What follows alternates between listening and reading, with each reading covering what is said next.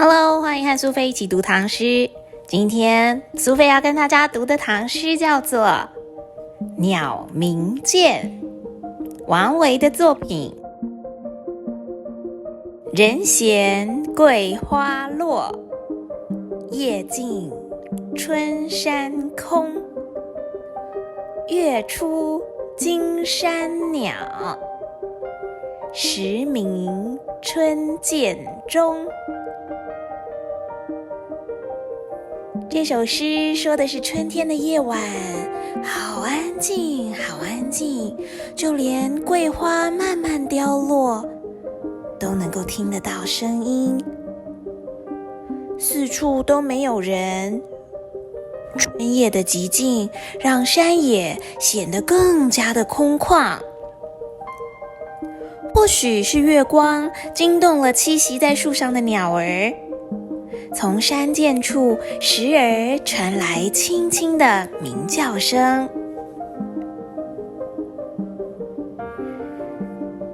人闲桂花落，人闲的意思指的就是人声寂静的意思，表示在这座山里头并没有太多的人声。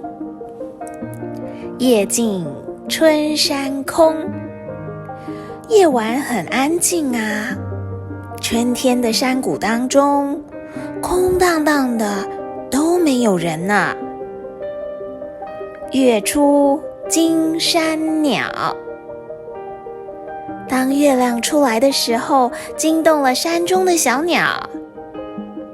时鸣春涧中，这里的时指的是偶尔的意思，偶尔鸣叫的小鸟就在春天的山涧当中。小朋友，你知道吗？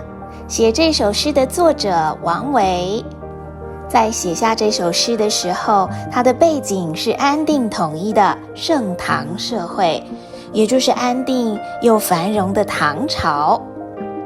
这首诗是王维跟他的好朋友黄甫岳所居的云溪别墅所写的组诗，黄甫岳云溪杂题5首中的第1首，同时也是王维的山水诗当中最具有代表性的作品之一。我们仔细的来看一看，这首诗最巧妙的地方就在于动态跟静态的衬托和对比。一开始说的人闲桂花落，夜静春山空，他用声音来写景，在空荡荡的山涧当中，连桂花落下都好像能够听到声音似的。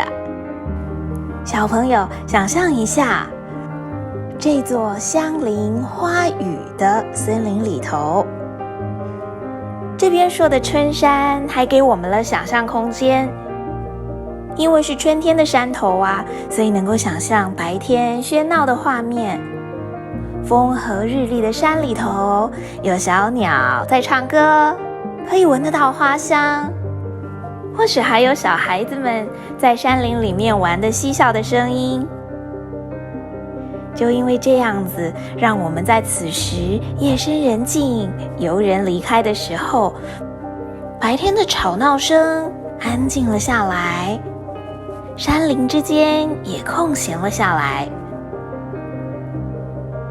就更能够感受到夜晚寂静的春山里那种空无一人，带有一点禅意的心境。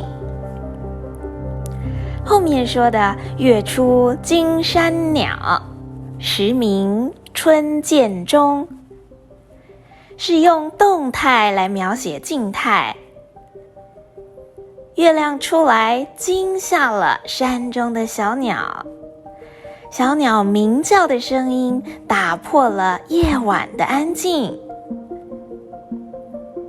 用鸟鸣衬托了山里幽静跟闲适的气氛，而月亮从云层中钻了出来，静静的月光流泻下来，小鸟从睡梦中惊醒了过来，不时地呢喃了几声，或者春天山里小溪的声音，把这座寂静的森林整体意境烘托在小朋友你的面前。